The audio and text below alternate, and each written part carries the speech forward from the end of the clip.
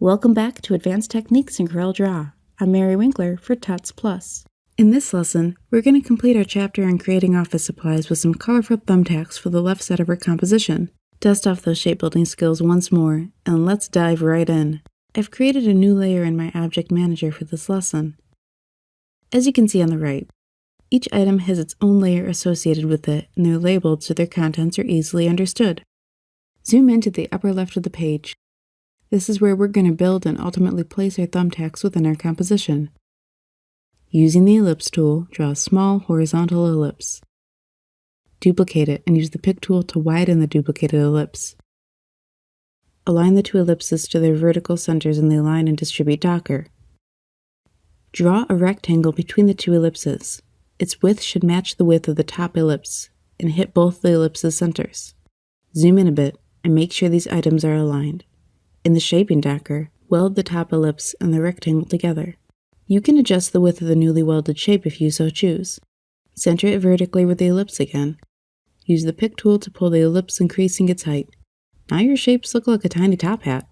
Grab the pen tool from the toolbox. Use it to draw a curve starting at the left of the ellipse and curving up and to the right on the cylindrical shape.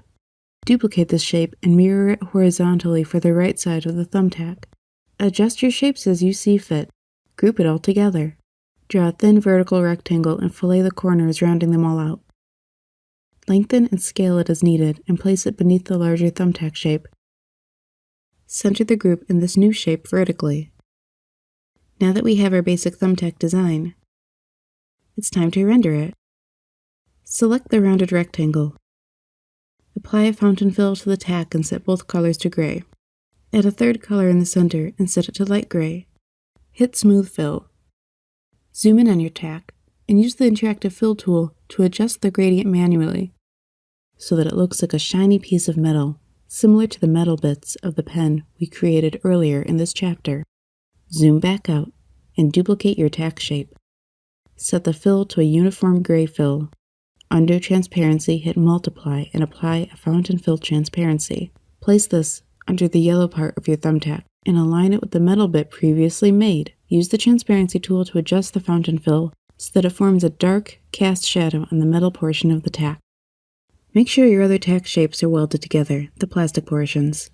Set this shape's fill color to a fountain fill, with light yellow in the center and a darker yellow on either side.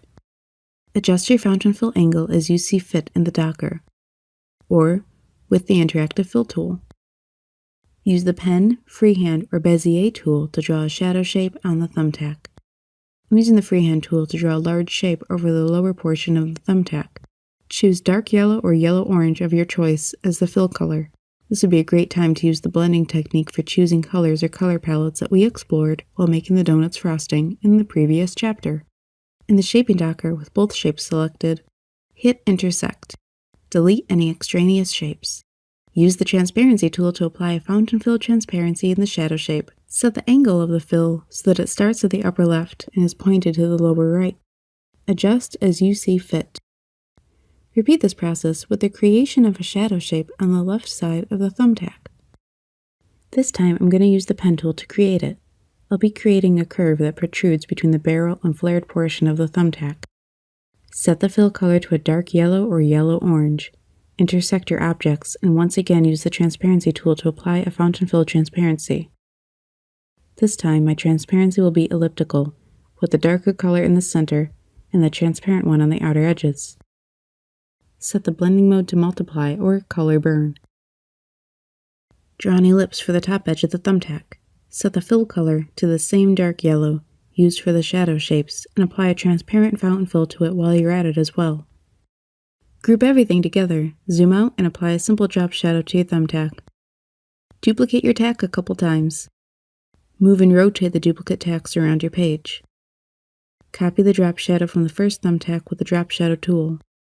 Move them around in your composition as you see fit. This concludes Chapter 5. Thank you so much for watching this lesson on building thumbtacks from basic shapes and fountain fills. In the next and final chapter, we'll add some finishing touches to our design by way of coffee stains and some pen doodles on our napkins.